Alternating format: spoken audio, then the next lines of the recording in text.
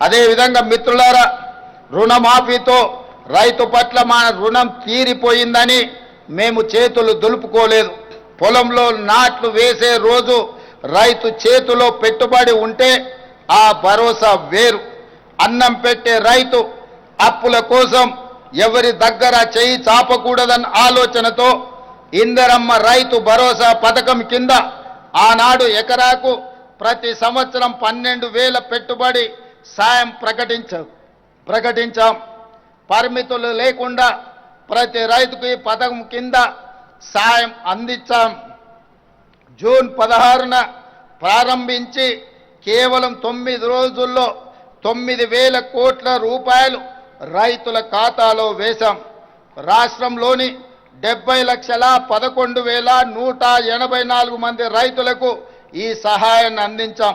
కొత్తగా దరఖాస్తు చేసుకున్న 1,20,000 మంది రైతులకు మొత్తంగా 9 రోజుల్లో 9,000 కోట్ల రూపాయలను ఇందిరా రైతు భరోసా పథకం ద్వారా రైతులకు పెట్టుబడి సహాయాన్ని అందించి ఏ వడ్డీ వ్యాపారస్తుల ముందు తలదించుకునే పరిస్థితి రైతుకు ఉండకూడదు అని మా ప్రభుత్వం గొప్ప లక్ష్యంతో పని చేస్తుంది.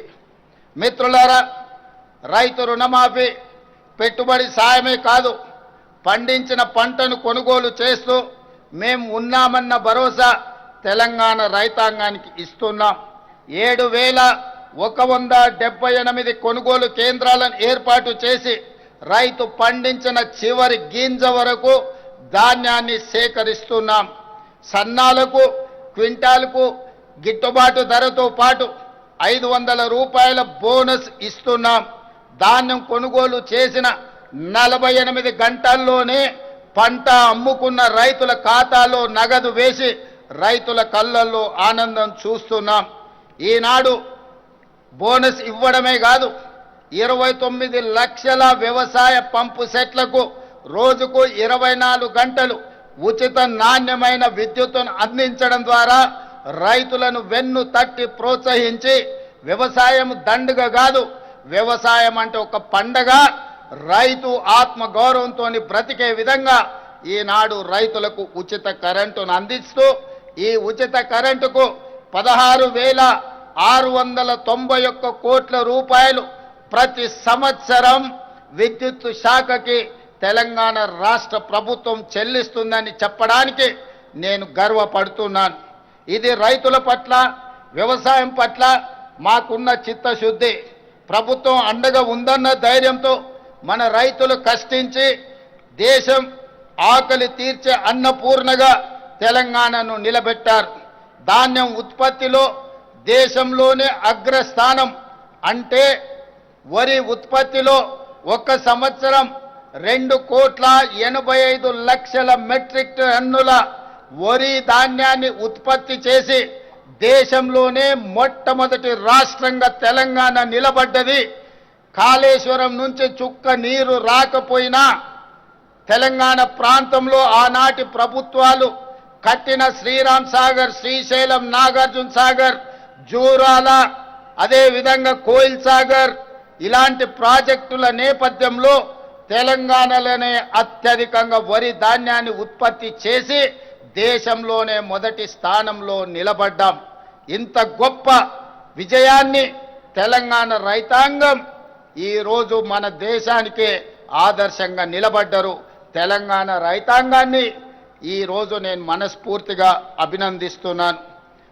మిత్రులారా, మా ప్రభుత్వం ఏర్పడిన తర్వాత రాష్ట్ర వ్యవసాయ చరిత్రను తిరగరాసి అన్నదాతల సంక్షేమానికి 1,13,000 కోట్ల రూపాయలను ఈ 20 నెలల పరిపాలనలో రైతులకు అందించడం జరిగింది. ఇది దేశంలోనే రైతులకు అందించిన అతిపెద్ద సహాయం. ఈ సహాయాన్ని అందించే అవకాశం కల్పించినందుకు తెలంగాణ ప్రజలకు నా కృతజ్ఞతలు తెలియజేస్తున్నా.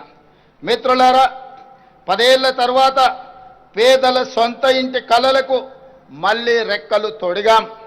ఆనాడు తెలంగాణ ప్రాంతంలో లక్షలాది మంది గ్రామాలకు, లక్షలాది మంది పేదలకు గ్రామాలలో, తండాలలో, గూడాలలో, మారుమూల పల్లెల్లో ఇందిరమ్మ ఇళ్లను అందించి 2004 నుంచి 2014 వరకు లక్షలాది పేదల సొంత ఇంటి కలను నెరవేర్చాం.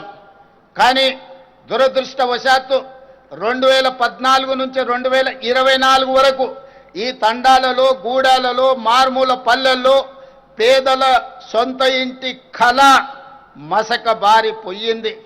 10 సంవత్సరాలు ఎదురు చూసిన పేదలకు ఈనాడు సొంత ఇంటి కళను నెరవేర్చడానికి ఇందిరమ్మ ఇండ్ల పథకాన్ని తిరిగి ప్రారంభించి ప్రతి నియోజకవర్గానికి 3500 ఇండ్లు, ఆ విధంగా దాదాపుగా 4,50,000 ఇండ్లను ఈనాడు పేదలకు అందుబాటులోకి తీసుకొచ్చి 22,500 కోట్ల రూపాయలతోని ఈనాడు ఇందిరమ్మ ఇళ్ల పనులను ప్రారంభించాం. ఈరోజు ఈ ఇంటికి పార్టీ అర్హత కాదు, పేదరికమే అర్హతగా పేదరికాన్ని రూపుమాపి ఆత్మగౌరవంతో ప్రజల సొంత ఇంటి కలను నెరవేర్చడానికి ఈరోజు నిలవైన లబ్ధిదారులను ఎంపిక చేసి పేదల సొంత ఇంటి కలను తీర్చే ప్రయత్నం మా ప్రభుత్వం చేస్తుంది. అందుకే ఇళ్ల కేటాయింపులో కోటాలు వాటాలు లేవు, ఇళ్ల కోసం కమిషన్లు ఇచ్చే కర్మ పేదలకు పట్టలేదు, నీకింత నాకింత దందాలు లేవు, ఎంపికకు పేదరికమే గీటురాయి.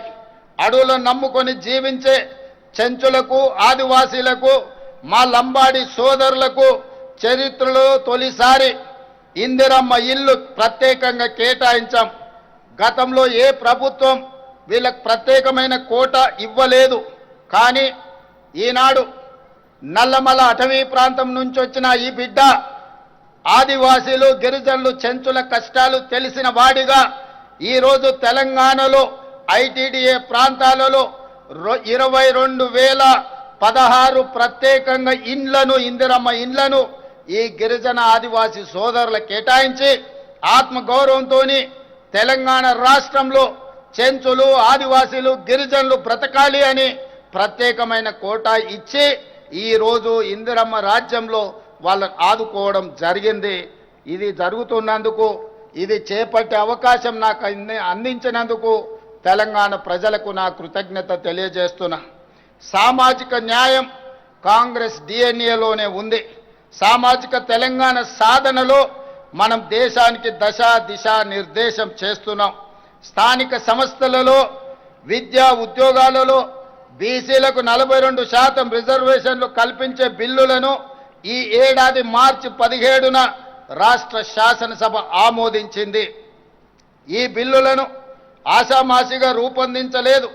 దాదాపు సంవత్సరం కాలం శాస్త్రీయమైన లోతైన కసరత్తు చేశాం. 160 కోట్లు వెచ్చించి 1,03,000 మంది శిక్షణ పొందిన ఎన్యూమరేటర్ల ద్వారా 50 రోజుల పాటు సమగ్ర కులగణను ఒక యజ్ఞంలా చేపట్టాం. గ్రామాల్లో 66,39,000 కుటుంబాలు, పట్టణాల్లో 45,15,000 కుటుంబాలను సర్వే చేశాం. మొత్తంగా 1,12,00,000 కుటుంబాలను సర్వే చేసి రాష్ట్రంలో 56.33% బలహీన వర్గాల జనాభాను లెక్క తేల్చడం జరిగింది.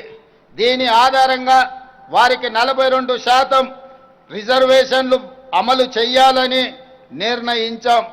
రాష్ట్ర శాసన వ్యవస్థ ఆమోదించిన ఈ బిల్లులను రిజర్వేషన్లు అమలుకు సహకరించాలని కేంద్రానికి పంపాం.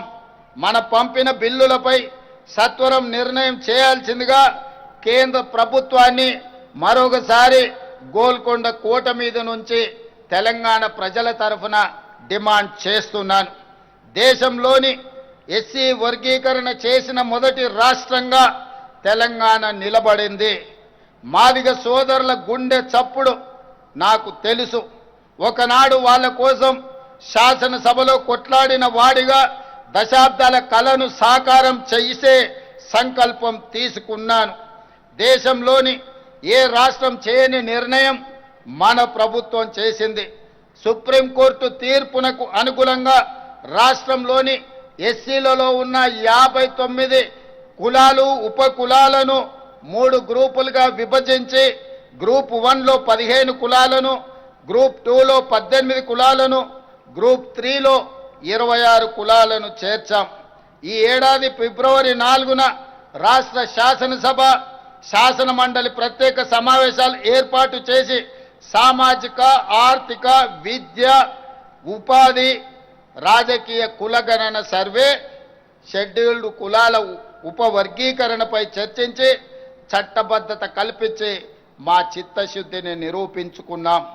ఈ శుభ సందర్భాన్ని పురస్కరించుకొని ప్రతి ఏటా ఫిబ్రవరి 4 తారీఖును తెలంగాణ సోషల్ జస్టిస్ డేగా నడుపుకోవాలని, ఉత్సవాలను జరుపుకోవాలని తెలంగాణ ప్రభుత్వం నిర్ణయం తీసుకున్నదని మీకందరికీ తెలియజేయడానికి సంతోషిస్తున్నాను.